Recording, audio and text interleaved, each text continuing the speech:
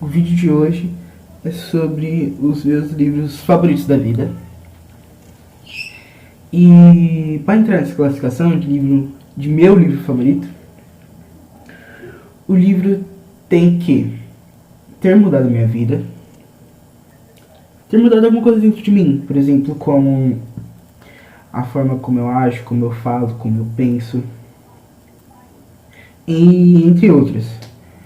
E ter me deixado assim inquieto, por assim dizer. Um livro. O primeiro eu vou começar de janeiro a julho. Bom, o primeiro livro que eu li e gostei muito foi Um Experimento em Crítica Literária, do C.S. Lewis, que é uma crítica literária e ele vai falar sobre vários termos da literatura universal, por exemplo, como literato, não literato, o que é um literato e o que é o não literato.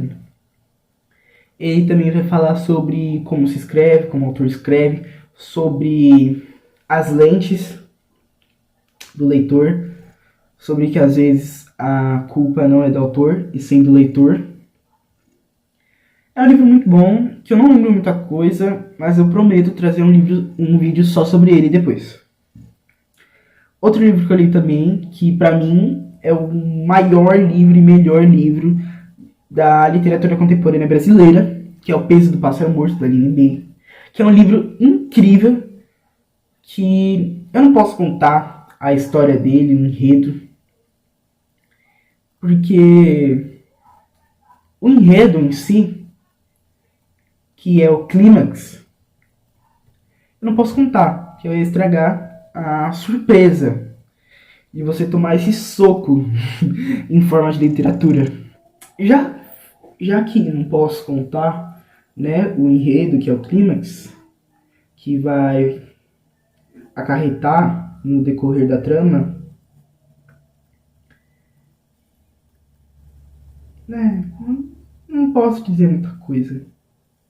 Eu teria que falar sobre o enredo, mas é um livro muito incrível que vai falar sobre uma mulher que acontece uma coisa muito grotesca e violenta com ela, que é realmente quando você lê, é um soco no estômago, tipo, você... É muito violento, assim, até pra pessoa que lê. E depois que acontece isso com ela, a gente vai ver como ela vai carregar isso durante a vida inteira, as consequências. E é um livro que vai falar que vai pegar... É um romance de formação, por assim dizer, que vai... Cada capítulo é um ano da vida dessa mulher. E é muito bom. Mas também é um livro que você tem que ter bagagem. Não estou dizendo que eu sou uma pessoa que tem bastante bagagem para falar, né? Mas é um livro incrível. Que narração, Aline Bey. Você foi incrível, hein, mulher. Outro livro que eu gostei muito foi A Hora da Estrela. Esse ano eu fiz uma releitura logo em janeiro, que eu comecei o ano lendo Clarice, que é a minha autora favorita, para quem me conhece. E foi uma releitura e eu não gostei muito. Porque a primeira vez que eu li, eu consegui sentir o que a autora queria dizer, o sentimento, mas eu não tinha pegado todas as coisas que a Clarice fala no livro. Eu comecei a entender mais depois que começa a parte narrativa, que é o diálogo dela, da Macabeia, com... Ah, esqueci o nome dele. Depois que começa aí. Mas na releitura eu consegui pegar tudo que a Clarice escreveu. Eu consegui entender, por assim dizer. Mas é um livro incrível, muito bom, um clássico da literatura brasileira. E o maior clássico da Clarice, né? Que é o mais conhecido, por assim dizer. Outro livro que eu li também... Outro livro que eu li também foi As Crônicas da Clarice, do Crônicas para Jovem. Eu li do Rio de Janeiro. E Eu li do Rio de Janeiro, mas eu li outros livros dela de crônicas. E o Crônicas para Jovens do Rio de Janeiro e de Escrita e Vida. Esses dois, eu gostei muito deles. Foi meu primeiro contato com com a Clarice cronista, que eu gostei muito. Foi uma experiência incrível, principalmente no Crônicas para Jovens do Rio de Janeiro, em que ela vai reescrever o conto Perdoando Deus. Eu amo esse conto. Eu amo. Gente, meu Deus. Ali ela reescreve o conto Perdoando Deus, que é um conto assim incrível. Mas ele em formato de crônica conseguiu me pegar mais do que em formato de conto. E eu gostei muito.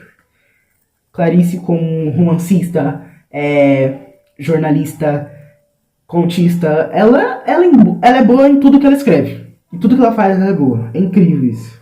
Aí eu li, em fevereiro, A Paixão Segundo GH, que o meu livro favorito da Clarice é Água Viva, mas pra mim o melhor livro dela, e nunca vai sair do topo de melhor livro, é A Paixão Segundo GH, porque é um livro incrível, é um livro assim que eu sinto inveja. De tipo, mano, como eu não pensei nisso? Tipo, ninguém vai escrever outro livro igual A Paixão Segundo GH. Ele é único, ele é um universo, ele não é nenhum livro. E A Paixão Segundo GH é sobre uma mulher que ela encontra uma barata no quarto da empregada dela, que acabou de se demitir. E ali, essa personagem, a GH, ela é uma personagem muito acomodada no que ela é, no que ela já conhece. E aí ela encontra essa barata e o velho mundo dela morre. E como a própria narradora conta que ela era um tripé humano, que ela tinha a terceira perna, e após encontrar essa barata, ela meio que morre, esse mundo dela morre, que era ela antes de conhecer a barata e de comer a barata. É incrível, assim. E ela sai do comodismo dela. E foi numa época que eu saí do meu comodismo. Eu comi da barata. Então eu sei o que a GH passou. Um livro incrível. Clarice sendo Clarice. Outro livro que eu li também, que eu gostei muito, foi O Morro dos Ventos Vivantes. Mas não vou falar dele porque ele é um clássico, todo mundo conhece a história, mas eu gostei muito. Aí o próximo livro é Quarto de Despejo, da Carolina Maria de Jesus, que é o diário de uma favelada, em que ela vai falar sobre a vida dela na favela, como as pessoas na favela se portam. E eu não sabia que a favela era esse lugar tão violento, grotesco, quase repressivo, assim. As próprias pessoas se reprimem lá. Eu não sabia. Foi um livro que eu senti como é viver na favela. Eu senti como é ser um favelado. Eu senti o que é passar fome. Um livro assim incrível, gente. E ela é uma brasileira. Carolina Maria de Jesus é uma brasileira, meu Deus. E como eu nunca tinha lido essa mulher? Incrível. Aí, o meu favorito da vida, assim, acho que é da vida, que é Água Viva. Ele é um livro que ele não tem os 5 elementos da narrativa, que é enredo, tempo, espaço, narrador e personagens. Ele é um livro que tem personagem, que é a própria narradora, que é a Clarice Lispector, e que está escrevendo para um homem que a gente não sabe quem que é. E ela é artista plástica. Levando em consideração que a Clarice, nos últimos anos de vida, no último ano de vida, pintou 18 quadros. Então Clarice era artista plástica também. Levando em consideração também que a personagem GH era escultora. Mas eu não sei se a Clarice fazia escultura. Ele é um livro que não tem enredo. Não tem uma historinha, por assim dizer. Ele não tem tempo. Ele não tem espaço onde acontecem as coisas. Mas ele tem um narrador. Um elemento dos 5 elementos da narrativa. Mas ele é incrível. Ele, por exemplo, vai falar sobre a placenta da gata, em que a gata, quando tem filhotes, ela come a própria placenta e fica 4 dias sem comer. Ela também vai falar sobre a gruta, se eu não me engano, que é de Platão, em que ali a gruta é o lugar mais selvagem e antigo dela mesma. E ela vai adentrar esses sentimentos, essas sensações. Muito bom, muito bom. Eu li ele já umas 9 vezes na vida. 9 vezes. Não vou falar isso.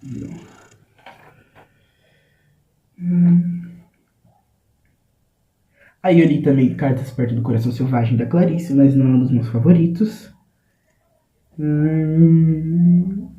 Eu li Perto do Coração Selvagem, também da Clarice. Eu não entendi muita coisa. Mas aí eu li Demian, do Hermann Hesse. E foi um livro incrível, que vai falar sobre o... Eu não vou lembrar o nome do protagonista, mas vai falar sobre esse protagonista que tem 2 mundos, e que esses mundos se chocam, e que ele precisa morrer para viver esse novo mundo. E aí ele fica num embate, assim, não é um livro palpável, assim, é um livro mais sobre sentimentos, sobre o que você é por dentro, sobre a sua alma. E aí ele vai falar sobre esses 2 mundos que ele conhece um novo mundo, ele passa para esse mundo, mas ele não passa totalmente para esse mundo, porque o antigo mundo dele precisa morrer. Uma coisa assim, sobre a alma do ser humano, assim, muito bom. Achei que era um livro que falava sobre religião, mas não fala. É praticamente um desenvolvimento, assim, da alma. Muito bom, gostei bastante.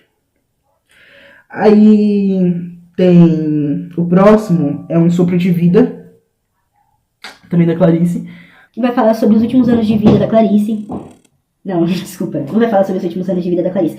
Mas a Clarice vai falar muito sobre a morte, sobre a vida, e ali ela vai falar sobre um escritor que escreve sobre uma personagem, e que essa personagem, ela mesma escreve, que ela fala. Aí estabelece 2 narradores. Esses narradores ficam praticamente de frente ao espelho e começam a falar um sobre o outro. Aí um fala e outro fala. Aí... Não, é que eu não sei muito bem falar sobre esse livro. Mas é sobre isso. Aí a Clarice também vai debater muito sobre a morte, sobre a vida. Aí ela vai falar... É tipo o ponto final da obra de Clarice. É tipo o último mesmo livro da Clarice, em que ela vai falar sobre todas as suas obras. Ela vai pegar vários elementos de todas as suas obras. Eu não li todas para saber, mas eu vi muitos elementos das obras delas. Aí ela sai desse personagem que é o escritor, e ela vira o escritor. Aí depois ela vira a Angela Prarini. Muito, muito, muito bom. E a partir de uma aprendizagem nos livros prazeres, os livros dela não têm um ponto final. Por exemplo, em uma aprendizagem de livros prazeres, o livro começa com uma vírgula e termina com 2 pontos. Em Água Viva, ela fala, tu olhas para mim e me amas. Não, tu olhas para ti e se amas. É o que está certo. O que eu escrevo continua e eu estou enfeitiçada. Ou seja, os livros dela, a partir de uma aprendizagem de livros prazeres, não tem um final. Não tem um encerramento. O livro continua. Também a Hora da Estrela. Eu acho que a Hora da Estrela acaba, mas o livro termina com... Mas não podemos esquecer, se eu não me engano, que ainda é tempo de morango. E morango significa recomeço. Ou seja, aquele livro não acabou também. E Um Sopro de Vida acaba, por assim dizer, com a gente não sabendo se o narrador morreu ou não, que é o escritor. A gente não sabe. Mas é isso. Tudo que eu li da Clarice eu gostei muito. Outro livro que eu também li, eu li a biografia da Clarice, gostei bastante. Clarice, Uma Vida que se Conta.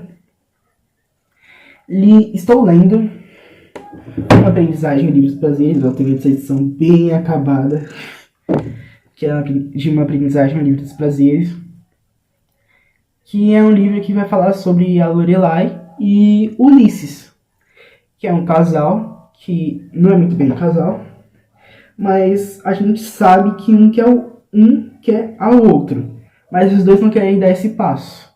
Aí o Ulisses, ele é professor de filosofia, ele quer que a Lore desenvolva, como eu falei sobre Demian do Hermann Hesse, a alma dela, que ela vira uma pessoa mais inteligente. Eu não sei como falar sobre isso, mas a partir que ele começa a ter esses debates com ela, ela vai ficando mais inteligente, ela vai começando a se debater sobre as coisas e ter várias sensações. Ela escreve sobre essas sensações e a gente percebe que, eu acho que é ela contando sobre a vida dela com Maurigo Giovanetti, para quem não sabe, é o marido dela, que eles se divorciaram e pouco tempo depois ele casou de novo.